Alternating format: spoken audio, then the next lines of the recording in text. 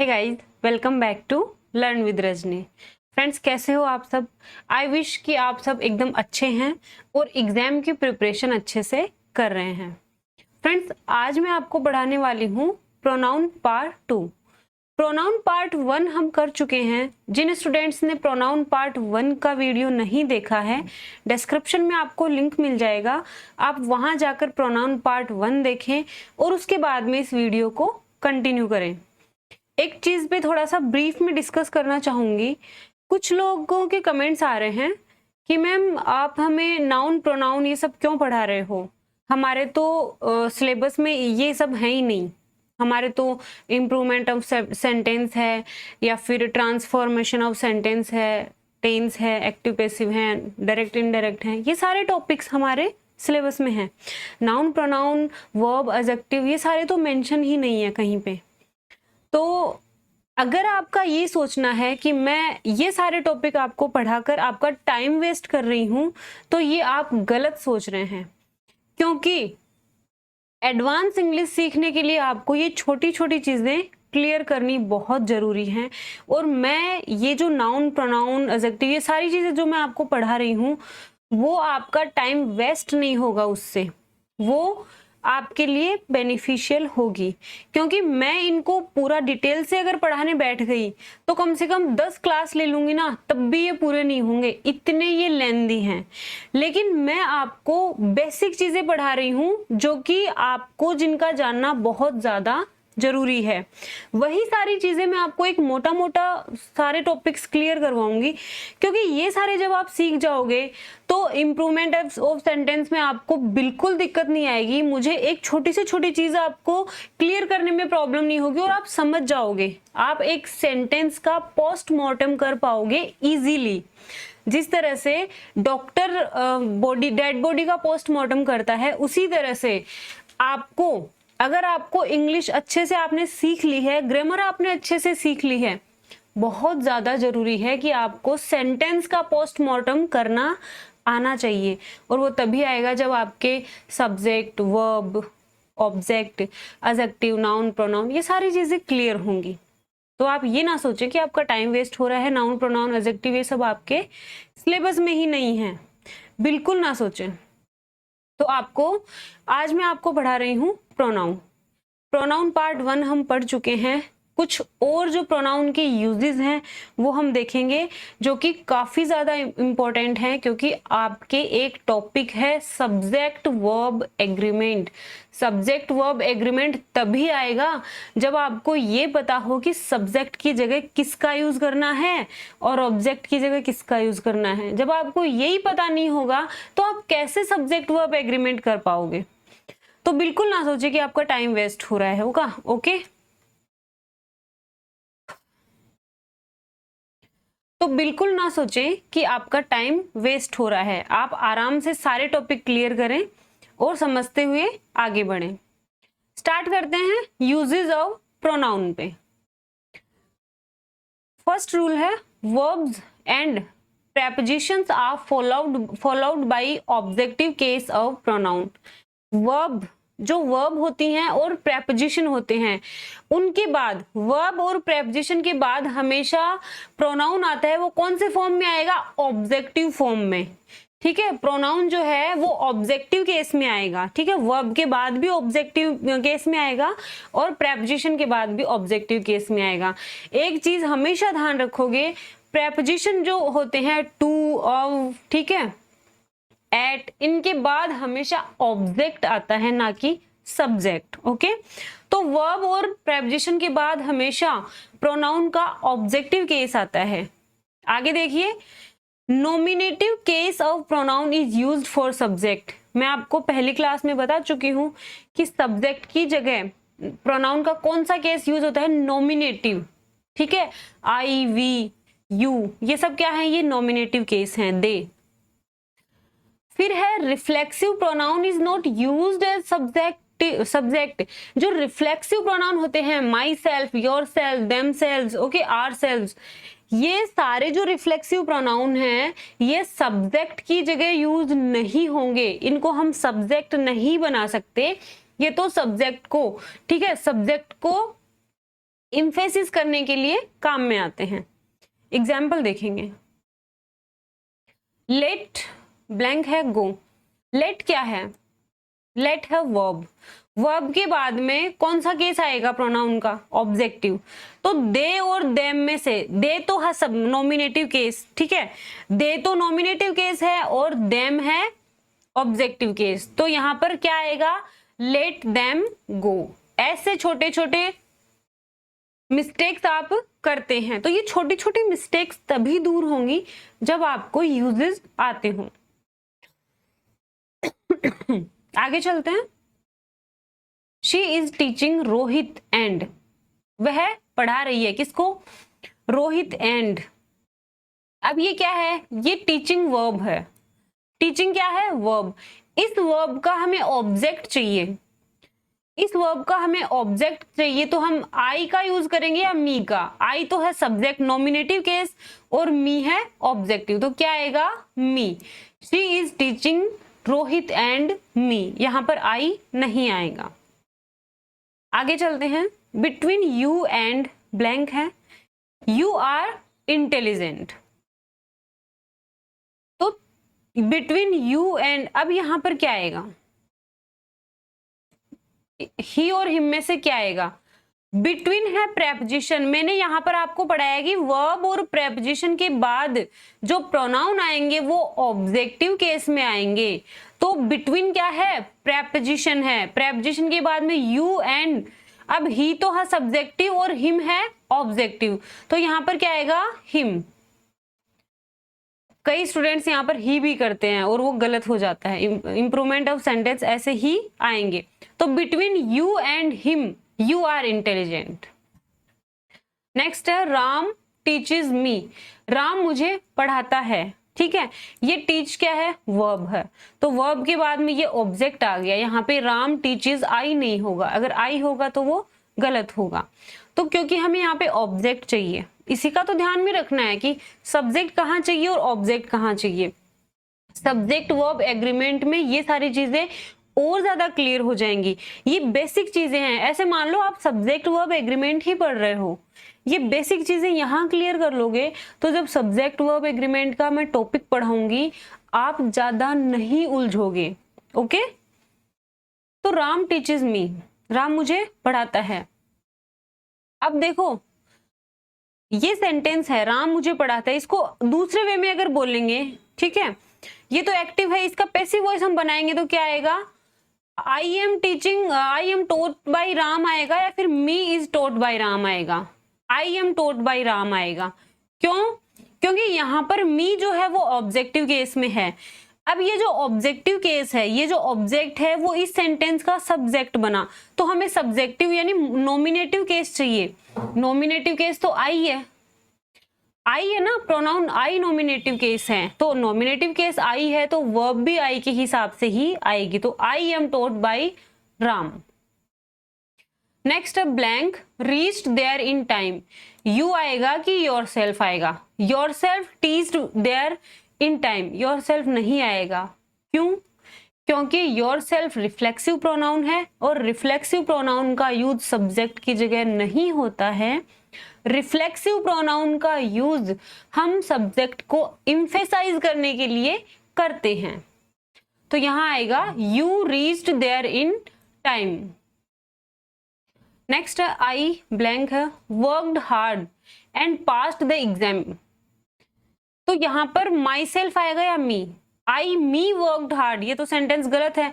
My self आएगा, ये reflexive pronoun my self आएगा। क्यों?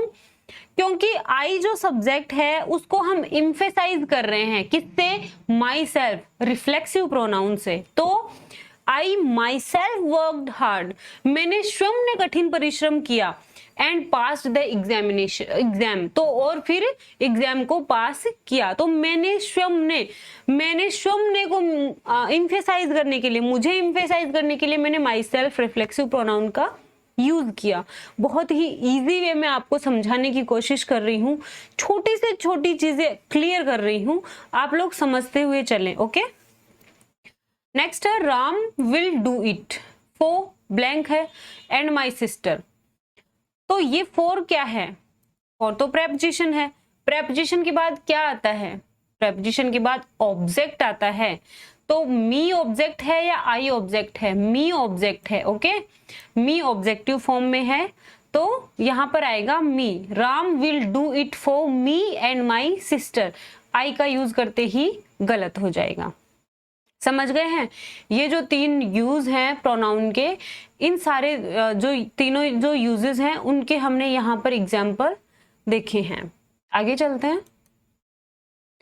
बहुत ही इंटरेस्टिंग, बहुत ही अच्छा सा, ये आपके खुद के मतलब डेली यूज में आपको इसको काम में लेना है। इस यूज को, प्रोनाउन के इस यूज को आपको डेली बेसिस पे काम में लेना है। कैसे? Good manners require that the order of singular pronouns should be second person, third person and first person। देखिए, फर्स्ट, सेकेंड एंड थर्ड तीनों पर्सन का यूज करना है एक ही सेंटेंस में। और कोई अच्छी बात बतानी हो तो आपको एक रूल फॉलो करना है 2-3-1। कौन सा रूल? 2-3-1 का। ऐसे याद रखोगे, अच्छी बात, गुड मैनर्स बताने के लिए, अच्छी बात बताने के लिए 2-3-1 के रूल को फॉलो करेंगे। But in plural pronouns the and unpleasant act we use first person, second person and third person. और कोई बुरी चीज को बताने के लिए हम 1-2-3 के रूल को फॉलो करेंगे। बहुत ही अच्छी बात है, बहुत ही इंपॉर्टेंट रूल है। काफी बार एग्जाम में इस टाइप के सेंटेंसेस आते हैं। इतना सा ध्यान में रख लो, सीधा सा फंडा। अगर कोई गुड हैबिट या गुड मैनर्स या गुड रिजल्ट की बात बतानी है तो 2-3-1 के रूल को फॉलो करेंगे। पहले सेकंड पर्सन, फिर थर्ड पर्सन और फिर फर्स्ट पर्सन। अगर कोई बैड मैनर्स की, कोई बुरी चीज, कोई मिस्टेक, कोई ब्लंडर आपको बताना हो तो आपको फॉलो करना है 1-2-3 के रूल को। First person, second person and then third person. Example देती हूं। मान लो ये एक मानवता के नाते हमें ऐसा करना होता है। जैसे मान लो हमें किसी की तारीफ करनी है, 3 लोगों की तारीफ करनी है, मेरी, आपकी और किसी तीसरे की। तो तारीफ करनी है, ठीक है, अच्छी चीज बतानी है। तो अगर मैं शुरुआत मुझसे करूंगी, इसका मतलब ये होगा कि मैं तो एरोगेंट हूं। इसका मतलब ये होगा कि मैं एरोगेंट हूं। तो शुरुआत में करूंगी यू से, फिर थर्ड पर्सन, फिर ही का या शी का, उसके बाद में मैं मेरा नाम लूंगी अच्छी बात के लिए। मान लो कोई गलती हो गई है, फर्स्ट, सेकंड, थर्ड तीनों पर्सन में तीनों का प्रोनाउन का यूज करना है। कोई गलती हो गई, कोई मिस्टेक हो गई, कोई मिसचीफ कर दिया है, तो मैं यूज करूंगी, पहले खुद के ऊपर लूंगी ब्लेम। पहले मैं ब्लेम खुद के ऊपर लूंगी, फिर मैं सामने वाले को, यू को ब्लेम दूंगी, उसके बाद में मैं थर्ड पर्सन को ब्लेम दूंगी। ठीक है, इस तरह से आपको यूज करना है। एग्जाम्पल देख लीजिए। First, blank and blank will attain her wedding tomorrow. ये नॉर्मल बात है, ठीक है। तो अब देखो, इसमें जरूरी नहीं है कि फर्स्ट, सेकंड, थर्ड तीनों ही पर्सन आए सॉरी, ऐसा जरूरी नहीं है। तो इसमें फर्स्ट और सेकंड पर्सन है। फर्स्ट और सेकंड पर्सन है तो पहले सेकंड पर्सन का यूज करेंगे और उसके बाद में फर्स्ट पर्सन यानी मेरा, आई का यूज बाद में करेंगे। जैसे you and I will attend her wedding tomorrow. ये एक नॉर्मल बात है, कोई बुरी बात नहीं है। तो तुम और मैं कल वेडिंग अटेंड करेंगे। ये सेंटेंस देख लीजिए। सेकंड है विल शेयर द मैंगोज। अब देखो तीनों पर्सन है इसमें, अब किस तरह से यूज करोगे? पहले यू, फिर ही, यू, ही एंड आई। पहले तुम सेकंड पर्सन का, ही थर्ड पर्सन और आई फर्स्ट पर्सन।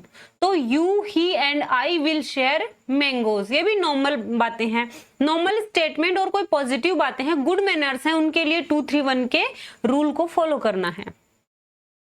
नेक्स्ट ब्लैंक है, are responsible for this mistake. अब देखो कोई मिस्टेक हुई है, उस मिस्टेक का ब्लेम मैं पहले खुद पे लूंगी, तो मैं लिखूंगी आई। पहले मैं खुद पे लूंगी आई, फिर मैं सामने वाले को दूंगी यू। तो I, you and he, I, you and he are responsible for this mistake. इस गलती के लिए मैं, आप और वो, रेस्पॉन्सिबल हैं। अगर मैं ये कहूंगी आप, वो और मैं, तो ये गलत होगा। क्यों? क्योंकि मैं पहले आपको ब्लेम दे रही हूँ, इसका मतलब ये है कि मेरा इंटेंशन ये है कि आपसे ही मिस्टेक हुई है। पहले खुद को बताना है बैड कोई अनप्लीजेंट एक्ट्स के लिए। नेक्स्ट है are leaving for Jaipur tomorrow. ये एक नॉर्मल सेंटेंस है, नॉर्मल सेंटेंस है तो वही 2-3-1 का। तो यू, ठीक है, यू, दे एंड वी। पहले आएगा यू, फिर आएगा दे एंड फिर आएगा we. Are living for Jaipur tomorrow. Next है have made a blunder. Blunder होता है भारी भूल, बहुत ही बड़ी गलती, उसको कहेंगे ब्लंडर। ठीक है, तो देखिए कोई गलती हुई है मतलब अनप्लीजेंट चीज है। अनप्लीजेंट चीज है तो पहले खुद के ऊपर, ठीक है, कोई भी गलती का जो है ना वो खुद के ऊपर लो पहले। तो आई, फिर सामने वाले को दो ही, सॉरी यू, आई, यू और फिर किसी तीसरे को दो एंड ही। तो I, you and he have made a blunder, sorry. Next have done this mischief. अब मिसचीफ है मतलब गलत कार्य है, कोई बुरा काम है। तो फर्स्ट पर्सन तो इसमें है नहीं, सेकंड और थर्ड पर्सन है। तो पहले second person you and he have made this mischief, sorry have done this mischief. इस तरह से ये जो रूल है प्रोनाउन का, इसको अच्छे से आपको लर्न कर लेना है। आगे चलते हैं। For comparison in two nominatives, nominative case of pronoun is used after as then। अगर दो नॉमिनेटिव्स में अगर कोई कंपैरिजन करना हो तो नॉमिनेटिव केस का यूज होगा। ठीक है, एज या फिर देन के। एज या देन से ही तो होता है कंपैरिजन, या तो एज से या देन से। For comparison in two objects, objective case of pronoun is used after as and then. देखिए सीधा सा फंडा ये है, अगर दो नॉमिनेटिव्स में कंपैरिजन करना है तो प्रोनाउन का नॉमिनेटिव केस आएगा, और दो ऑब्जेक्ट्स में अगर कंपेयर करना है तो ऑब्जेक्टिव केस आएगा। इतना सा याद रखो। जैसे he is as good as, अब देखिए ही से कंपेयर करना है, सुनो, ही से कंपेयर करना है। ही क्या है? ही तो सब्जेक्ट है। इस सेंटेंस में ही क्या है? ही तो सब्जेक्ट है। ही सब्जेक्ट है मतलब नॉमिनेटिव केस हुआ ना। नॉमिनेटिव केस है तो यहां पर क्या आएगा? एज के बाद में, कंपैरिजन के बाद में नॉमिनेटिव केस ही आएगा, ना कि ऑब्जेक्टिव केस। इतना सा ध्यान में रखना है। तो he is as good as I, वह इतना अच्छा है जितना कि मैं। अब इस सेंटेंस को अगर हम पूरी तरह से समझे तो इसका मतलब ये हुआ he is as good as I am. तो एम इसमें इंप्लाइड है। अगर सब्जेक्ट से कंपेयर कर रहे हैं, नॉमिनेटिव केस से अगर कंपेयर कर रहे हैं तो नॉमिनेटिव केस आएगा। अगर ऑब्जेक्ट से कंपेयर कर रहे हैं तो ऑब्जेक्टिव केस आएगा। इतना सा याद रखना है। Ram is more honest than, Ram जो है वो मोर ऑनेस्ट देन। अब देखो किससे कंपैरिजन हो रहा है? राम से कंपैरिजन हो रहा है, मतलब नॉमिनेटिव केस है ना यहाँ पर, तो राम से कंपेयर हो रहा है। तो Ram is more honest than he, we are faster than they. क्योंकि वी यहाँ पर सब्जेक्ट है और इस सब्जेक्ट से कंपेयर हो रहा है, देन और एज से कंपेयर होता है, तो वी से कंपेयर हो रहा है। वी क्या है? Nominative case. तो नॉमिनेटिव केस से कंपेयर हो रहा है तो यहाँ पर देम का यूज नहीं होगा, दे का यूज होगा। तो देन दे। आगे है I like you as much as him. अब देखो दो सेंटेंस हैं, एक तो ये और एक ये, बताओ कौन सा सही है? दोनों को पढ़ लो। I like you as much as him, I like you as much as he. बताओ दोनों में से कौन सा सही है? जल्दी से सोच लो, दोनों में से कौन सा सही है? दोनों सेंटेंस सही हैं। क्यों? दोनों सेंटेंस सही है, लेकिन दोनों सेंटेंस का मतलब पूरी तरह से अलग है। एक ही और हिम, ही और हिम से ही रात दिन का फर्क आ रहा है इनके सेंस में, इस सेंटेंस के सेंस में। सेंस समझें। एक सेंटेंस है I like you as much as him, मैं तुम्हें उतना पसंद करता हूं जितना कि उसे, यानी मैं तुम्हें उतना ही पसंद करता हूं जितना कि उसे, मतलब मैं तुम्हें और उसे दोनों को बराबर पसंद करता हूं। इस सेंटेंस का मतलब ये है, यानी I like you as much as I like him. इस सेंटेंस का मीनिंग ये है कि मैं तुम्हें उतना पसंद करता हूं जितना कि उसे पसंद करता हूं। ओके, सेकंड सेंटेंस है I like you as much as he, मैं तुम्हें उतना पसंद करता हूं जितना कि वो तुम्हें पसंद करता है। समझो बात को, पहले सेंटेंस में वो ये कह रहा है कि मैं तुम्हें उतना पसंद करता हूं जितना कि उसे, मतलब मैं तुम्हें और उसे दोनों को बराबर पसंद करता हूं। दूसरे सेंटेंस में वो ये कह रहा है I like you as much as he, मैं तुम्हें उतना ही पसंद करता हूं जितना कि वो तुम्हें करता है। रात दिन का अंतर है सेंस में। तो I like you as much as he likes you. इस तरह से अगर दो नॉमिनेटिव्स में अगर कंपैरिजन हो रहा है तो नॉमिनेटिव केस का यूज करेंगे एज और देन के बाद। दो ऑब्जेक्ट्स में अगर कंपेयर हो रहा है तो ऑब्जेक्टिव केस का यूज करेंगे। आगे चलते हैं। Either, neither, each other are used in speaking of two person और थिंग्स। ये जो तीन वर्ड प्रोनाउन है आइदर, नाइदर और ईच अदर, ये दो पर्सन और दो व्यक्ति और दो वस्तुओं के बारे में अगर बोलना हो तो इनमें से किसी का यूज करेंगे। Any one, anyone, none, one another are used while referring to more than two persons और थिंग। दो से ज्यादा व्यक्ति और दो से ज्यादा वस्तुओं को के लिए अगर कुछ बोलना हो तो हम यूज करेंगे एनी वन, एनीवन, नन और वन अनदर का। आगे चलते हैं। Each is used for two or more than two persons or things. Each का यूज होता है दो या फिर दो से ज्यादा व्यक्ति और वस्तुओं के लिए each का यूज करेंगे। Both is used for two persons or things. Both का यूज होता है दो व्यक्तियों के लिए या फिर दो वस्तुओं के लिए। ओके, दो व्यक्तियों और दो वस्तुओं के लिए both का यूज होगा। दो से ज्यादा अगर व्यक्ति या वस्तु है तो किसका यूज होगा? each का। ओके, आगे चलते हैं। All is used for more than two person और थिंग। दो से ज्यादा पर्सन और थिंग है तो ऑल का यूज होगा। ऑल का यूज दो से ज्यादा पर्सन और थिंग्स के लिए ऑल का यूज भी होगा और ईच का यूज भी होगा। ऑल का यूज करेंगे सभी के लिए और ईच का यूज करेंगे प्रत्येक के लिए, प्रत्येक एक के लिए, एक के लिए। एग्जाम्पल देखो, blank of these three friends is naughty. अब देखो थ्री है, तीन पर्सन्स हैं तो तीन के लिए आइदर का यूज थोड़ी करेंगे। आइदर का यूज तो टू पर्सन और थिंग के लिए करते हैं, तो तीन दो से ज्यादा के लिए यूज करेंगे वन का। तो one of these three friends, इन तीनों फ्रेंड्स में से एक इज नोटी, शरारती है। तीन दोस्त हैं तो इन तीनों में से एक शरारती है। नेक्स्ट है blank of these two friends is naughty.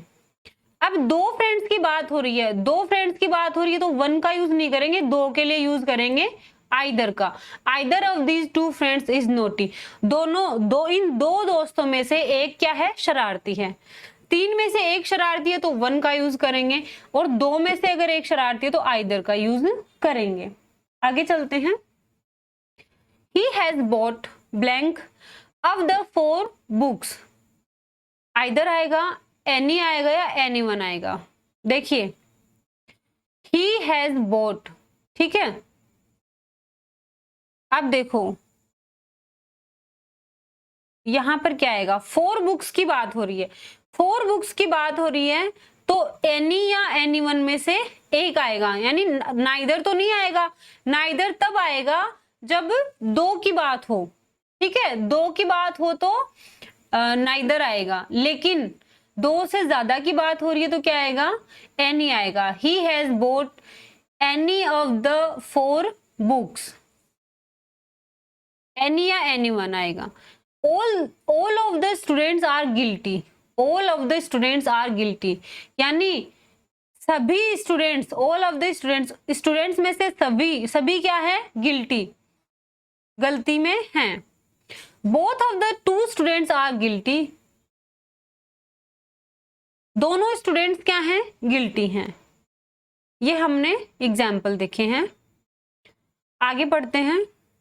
If one is used in a sentence, अगर एक सेंटेंस में वन का यूज, ओ यानी वन का यूज हुआ है, nominative case is one and objective pronoun is one self. तो नॉमिनेटिव, अगर किसी सेंटेंस में वन का यूज हुआ है तो वन का नॉमिनेटिव केस तो होता है वन, और ऑब्जेक्टिव केस होगा वन सेल्फ। मैंने पढ़ा रखा है, जैसे माई सेल्फ होता है वैसे ही वन का ऑब्जेक्टिव केस हो जाएगा वन सेल्फ। एग्जाम्पल देखो, और देखो वंस जो है ना, अपोस्ट्रोफी एस वाला वंस, ये पजेसिव एडजेक्टिव है। क्या है, पजेसिव एडजेक्टिव। एग्जाम्पल देखो, one should keep once promise. One यहाँ पर क्या है, प्रोनाउन है और सब्जेक्ट की तरह यूज हो रहा है, तो one should keep once promise. ठीक है, यानी अपनी प्रॉमिस को, अपने वादों को पूरा करना चाहिए। तो वन वन यहाँ पर जनरल वे में यूज हो रहा है, जनरल वे में सब्जेक्ट के रूप में यूज हो रहा है। और प्रॉमिस क्या है, नाउन है। इस नाउन को क्वालिफाई कौन कर रहा है, वंस। ये क्या है, ये एडजेक्टिव है। Okay, one should do one's duty one self. अब ये क्या है, वन सेल्फ यहाँ पर ऑब्जेक्टिव केस में है। One should do one's duty one self. आगे देखिए, each of, either of, neither of plus the plus plural noun और प्रोनाउन। एग्जाम्पल देखिए, each one of the boys. ठीक है, each one of the boys, boys में से प्रत्येक। Has, अब यहाँ पर वर्ब जो है वो सिंगुलर आएगी। क्यों, वर्ब जो है ना हैज किसके अकॉर्डिंग आया है, ईच के अकॉर्डिंग, मतलब प्रत्येक, इंडिविजुअल, एक एक की बात हो रही है। तो has done their homework, either of us can do it।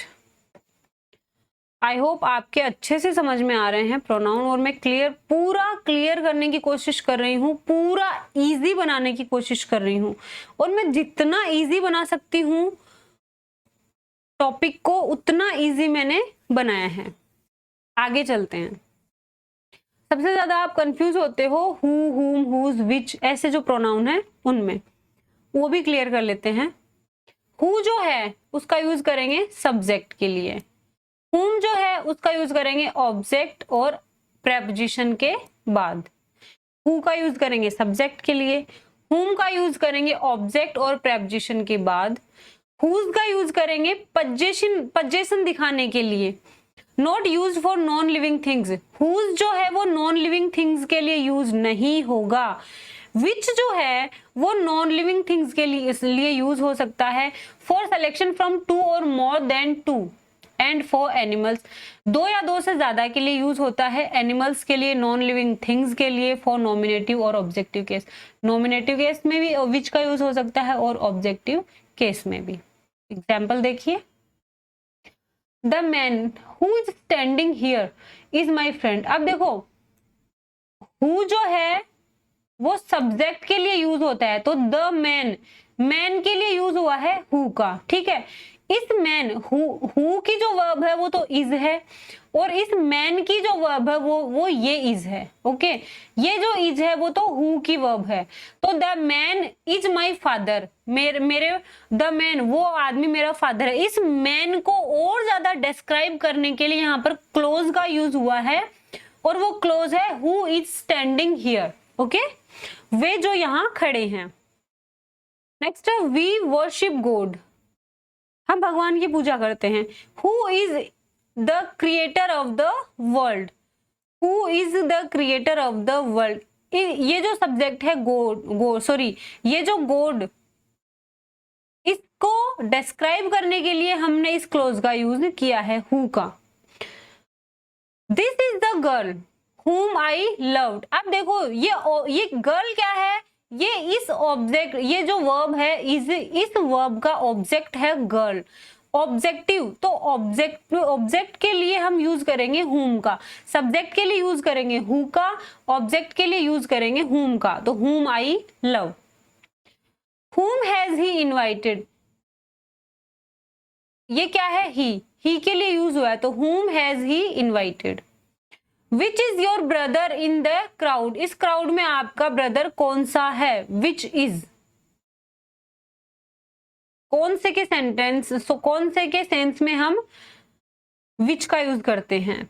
Next है, देखिए इंग्लिश जो है आधे से ज्यादा जो क्वेश्चंस है वो सेंस से ही सही हो जाते हैं, फिर कुछ सेंटेंस को या कुछ रूल्स को आपको याद करना होता है, इस तरह से पूरी इंग्लिश आपकी सही हो जाएगी। He is the man with whom I lives, man के लिए हु का यूज हुआ है क्योंकि मैन ऑब्जेक्ट है और ऑब्जेक्ट के लिए whom का यूज होता है, तो यह वही आदमी है जिसके साथ राम रहता है। This is the dog whose name is Tommy, यह वो कुत्ता है जिसका नाम टॉमी है। हुज क्यों आया है, बताओ हुज क्यों आया है। हुज जो है वो पोजीशन बता रहा है, यानी इस डॉग का पोजीशन है, यानी इस डॉग का नाम है टॉमी, तो ये टॉमी, टॉमी नाम पोजेस करता है, कौन, ये डॉग, तो whose name is Tommy. This is the boy whose brother lives in Jaipur, boy के लिए हुज का यूज हुआ है पोजीशन के लिए। The dog which is black is mine, वो कुत्ता विच इज ब्लैक जो काला है, इज माइन। दैट डॉग, इस डॉग की जो वर्ब है वो ये वाला इज है और विच की वर्ब ये वाला इज है, तो the dog which is black, वह कुत्ता जो काला है मेरा है। The car which I have bought, which यहाँ पर नॉन लिविंग थिंग है इसलिए विच का यूज हुआ है, तो वो कार विच आई है जो मैंने खरीदी है, इज रेड, वो लाल है। Who was the Ramayana written by, Ramayana किसके द्वारा लिखी गई है, ये हु जो है वो सब्जेक्ट के लिए यूज हुआ है, सब्जेक्ट के रूप में यूज हुआ है। By whom was the Ramayana written, किसके द्वारा रामायण लिखी गई है। आगे चलते हैं। This is use to show nearness, देखो ये सबको पता है, दिस जो दिस दैट दीज दोज ये क्या है, ये प्रोनाउन है, तो दिस का यूज किसी व्यक्ति या वस्तु, किसी पर्सन या थिंग की नियरनेस, पास में अगर कोई पर्सन या थिंग है तो दिस का यूज करेंगे, और पास में अगर एक से ज्यादा कोई व्यक्ति या वस्तु है तो दीज का यूज करेंगे। अगर कोई सिंगुलर व्यक्ति या फिर वस्तु दूर है तो दैट का यूज करेंगे, और प्लूरल अगर कोई व्यक्ति, एक से ज्यादा अगर कोई पर्सन या थिंग दूर है तो दोज का यूज करेंगे। जैसे दिस सॉरी इस पास की नियरनेस बताने के लिए किसका यूज करेंगे, दिस इज पेन, ठीक है, दिस इज पेन। और दूर बताने के लिए अगर एक से ज्यादा कोई प्लूरल जो चीजें हैं और दूर है उनके लिए कैसे, those are goats, those are goats, GOATS, goats यानी बकरियां। पास में अगर बताना हो, सॉरी दूर अगर कोई सिंगुलर सब्जेक्ट बताना हो तो that is a book, that is a book दूर है, और दैट इज अ ट्री। लेकिन अगर दूर कोई प्लूरल नाउन है उसके बारे में अगर बताना हो तो दोज आर बॉयज, ठीक है। जैसे to stop repetition of noun, that of is used for singular noun and those of is used for plural noun. Noun के रिपीटेशन को रोकने के लिए दैट ऑफ और दोज ऑफ का यूज करेंगे, ठीक है। One and ones are used for singular countable noun and plural countable noun. One और वंस जो हैं वो सिंगुलर काउंटेबल नाउन और प्लूरल काउंटेबल नाउन दोनों के साथ यूज होते हैं, वन और वंस, लेकिन ये वाला वंस नहीं आएगा। This is a cow, these are cows, this is a car, लेकिन दोज आर ए कार्स नहीं लिखेंगे क्योंकि ए जो है वो सिंगुलर काउंटेबल नाउन के लिए यूज होगा, ए और an. Those are cars. The climate of Jaipur is hotter than that of Mumbai, तो दैट ऑफ का मतलब है द क्लाइमेट ऑफ मुंबई। इस क्लाइमेट के रिपीटेशन को रोकने के लिए हमने दैट ऑफ का यूज किया।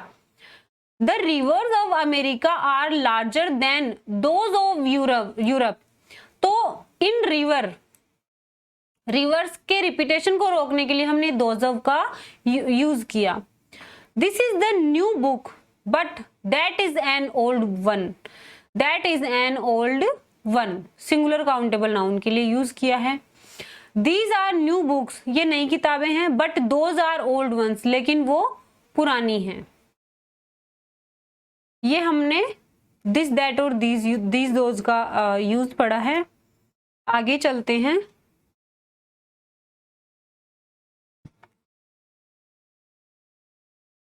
आई होप आपको अच्छे से समझ में आ रहा है, और ये जो क्लास हैं ये आपके लिए सच में बहुत ज़्यादा फायदा करेंगी, आपको इंग्लिश बहुत अच्छी हो जाएगी आपकी।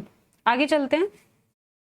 सिंगुलर प्रोनाउंस कौन कौन से? ही और शी, बहुत बार एग्जाम में आता है, ये रूल अच्छे से पढ़ लें।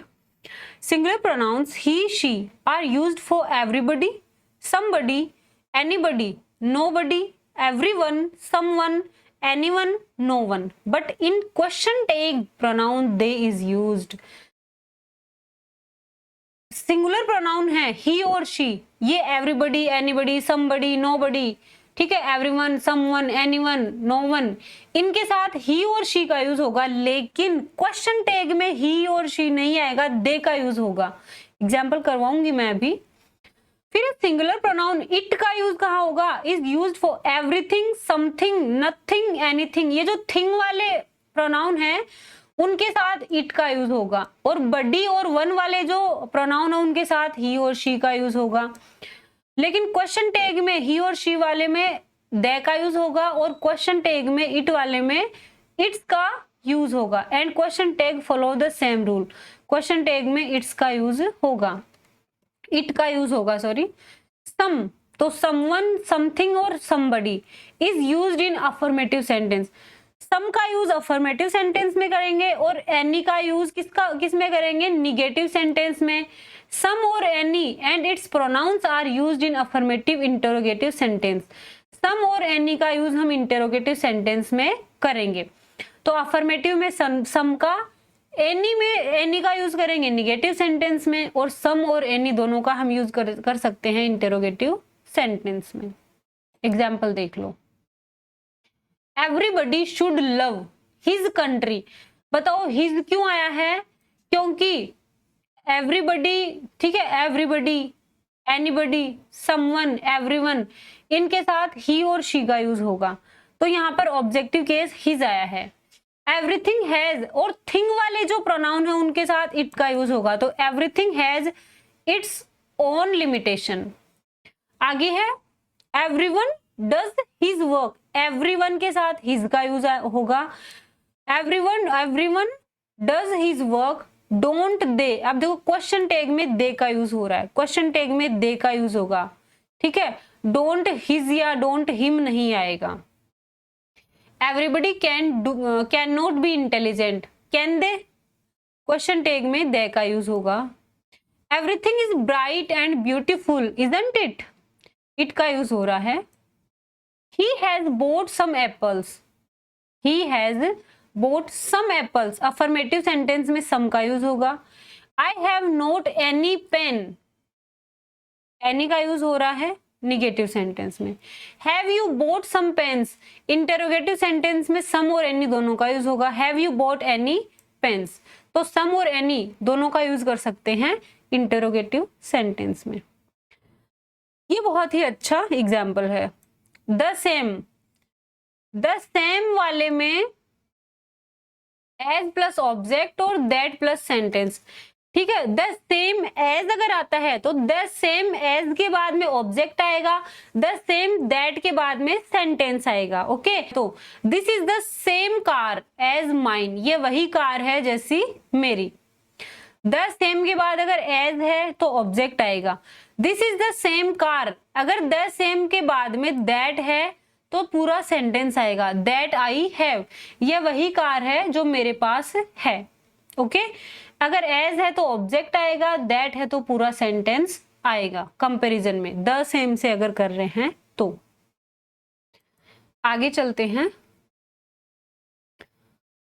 The introductory subject to express, introductory subject क्या एक्सप्रेस करने के लिए? टाइम, टाइम, वेदर, ठीक है, समय, मौसम, टेम्परेचर, डिस्टेंस, दूरी, और अदर नेचुरल फिनोमिना, और जो नेचुरल फिनोमिना होते हैं, and in this case this is empty it, इस केस में ये जो बातें बतानी हो तो इट का यूज करते हैं। इट का मीनिंग कुछ होता नहीं है, ये एम्प्टी होता है, एम्प्टी होता है, इसका मीनिंग पर्टिकुलर कुछ नहीं होता, लेकिन टाइम, वेदर, टेम्परेचर, डिस्टेंस और नेचुरल फेनोमेना को बताने के लिए इट का यूज करेंगे।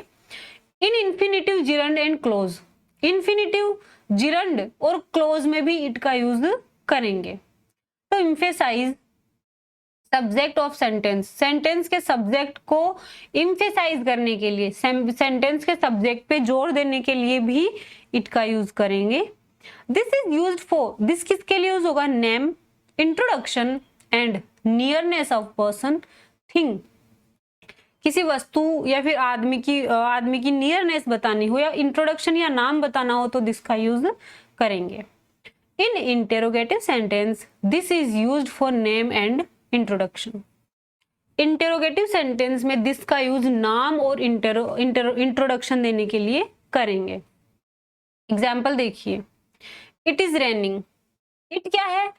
एम्प्टी, एम्प्टी इट है, ठीक है। इट का मीनिंग पर्टिकुलर कुछ है नहीं, इट इज रेनिंग मतलब बारिश हो रही है। रेनिंग क्या है? नेचुरल फिनोमिना है, नेचुरल फिनोमिना के लिए किसका यूज करेंगे? इट का। दिस इज रेनिंग नहीं बोलेंगे, दिस इज रेनिंग नहीं बोलेंगे। तो दिस और इट की में डिफरेंस, जो कि माइनर डिफरेंस है, वो आपको आना चाहिए। ओके, इट इज मार्च, ये क्या है?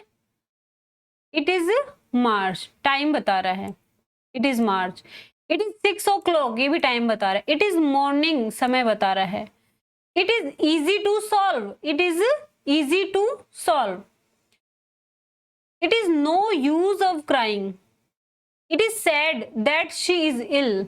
It was he who help you yesterday, ये वो था जिसने कल तुम्हारी मदद की थी। फिर this is a book, introduction देने के लिए, दिस इज अ बुक, यह एक किताब है। This is all India radio, यह ऑल इंडिया रेडियो है इंट्रोडक्शन के लिए। What is this, what is it कभी नहीं बोलोगे, इंटरोगेटिव सेंटेंस के लिए दिस का यूज करेंगे। आगे चलते हैं।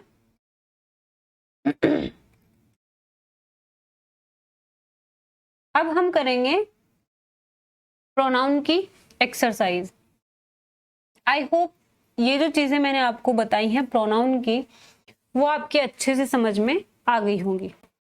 फर्स्ट सेंटेंस है, your state is rich but, your state is rich, तुम्हारा राज्य, तुम्हारा स्टेट रिच है, but mine is poor, my self is poor नहीं आएगा, यहां पर आएगा ऑब्जेक्टिव केस, तो माइन इज पुअर।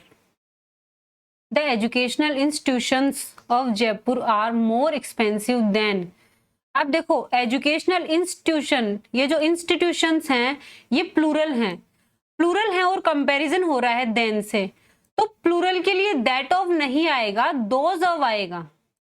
प्लूरल के लिए क्या आएगा? दोज ऑफ, तो those of Jhunjhunu. The 5 sisters lived in Jaipur and they loved, पांच सिस्टर जयपुर में रहती हैं। 5 सिस्टर्स के लिए ईच अदर आएगा या वन अनदर आएगा या वन अदर आएगा? 5 सिस्टर्स के लिए वन अनदर, एक दूसरे का, तो वन अदर मत कर देना, ये आपको भ्रमित करने के लिए एग्जाम में आएगा ऐसा ऑप्शन। आपको वन अनदर नहीं करना है, आप सॉरी वन अदर नहीं करना है, वन अनदर करना है।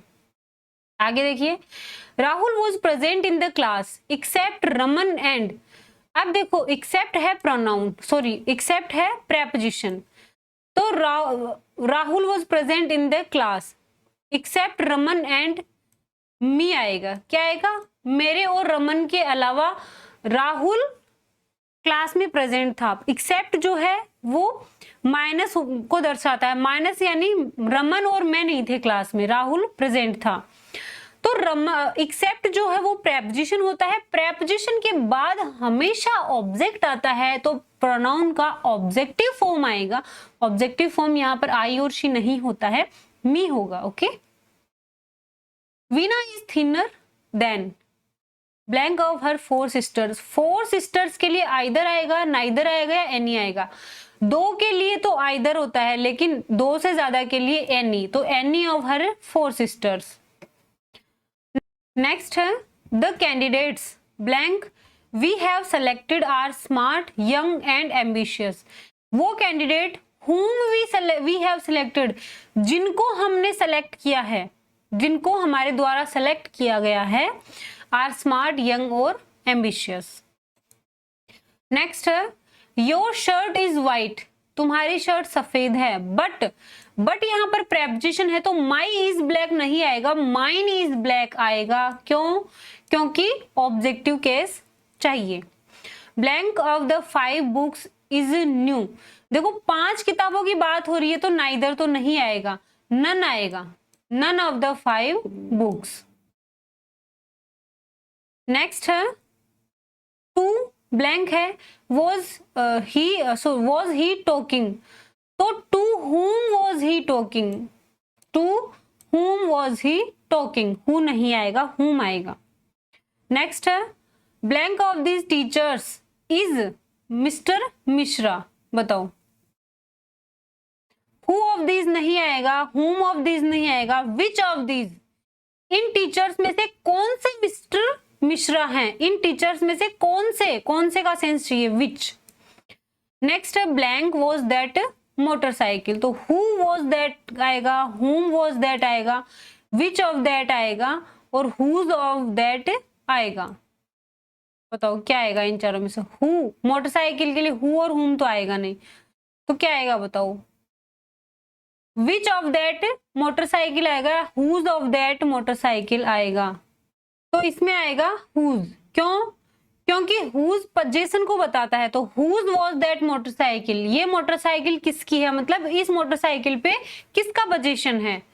नेक्स्ट है God helps those blank help blank, those God helps those who help themselves, God उनकी हेल्प करता है जो अपने आप की हेल्प करते हो, तो हु और देमसेल्व्स आएगा, ये वाला आएगा। ये मैंने आज आपको प्रोनाउन के यूजेस बताए हैं और काफी सारे मैंने एग्जांपल्स भी आपको करवा दिए हैं। ये जो क्लासेस हैं वो आपके लिए आगे जाकर बहुत ज़्यादा बेनिफिशियल होंगी, जब आप सेंटेंस इंप्रूवमेंट करोगे, जब आप ट्रांसफॉर्मेशन ऑफ सेंटेंस करोगे, जब आप सब्जेक्ट वर्ब एग्रीमेंट करोगे, जब आप क्वेश्चन सॉल्व करोगे। इन्हीं क्लासेस, ये जो क्लासेस हैं वही आपका बेस बनेंगी, तो आपको इनको अच्छे से कर लेना है। ये जो क्लासेस है उनकी पीडीएफ आपको हम हर रोज जो क्लास होती है, जो वीडियो आपको अपलोड करके आपको प्रोवाइड करवाते हैं, उनकी पीडीएफ हम हमारे टेलीग्राम ग्रुप में डाल देते हैं। जिन स्टूडेंट्स ने टेलीग्राम ग्रुप को ऐड नहीं किया है, आप जाकर उसको ज्वाइन कर लें, डिस्क्रिप्शन में उसका लिंक है, और वहां से आप हर दिन की पीडीएफ ले सकते हैं और उसको रिविजन, उसका रिवाइज आप कर सकते हैं। आपको आज की क्लास कैसी लगी मुझे कमेंट करके बताएं, और अगर आपने हमारे चैनल को सब्सक्राइब नहीं किया है तो प्लीज ऐसे ही वीडियो देखकर ना जाएं, चैनल को सब्सक्राइब कर दो। ओके, मिलते हैं नेक्स्ट क्लास में, तब तक के लिए बाय बाय।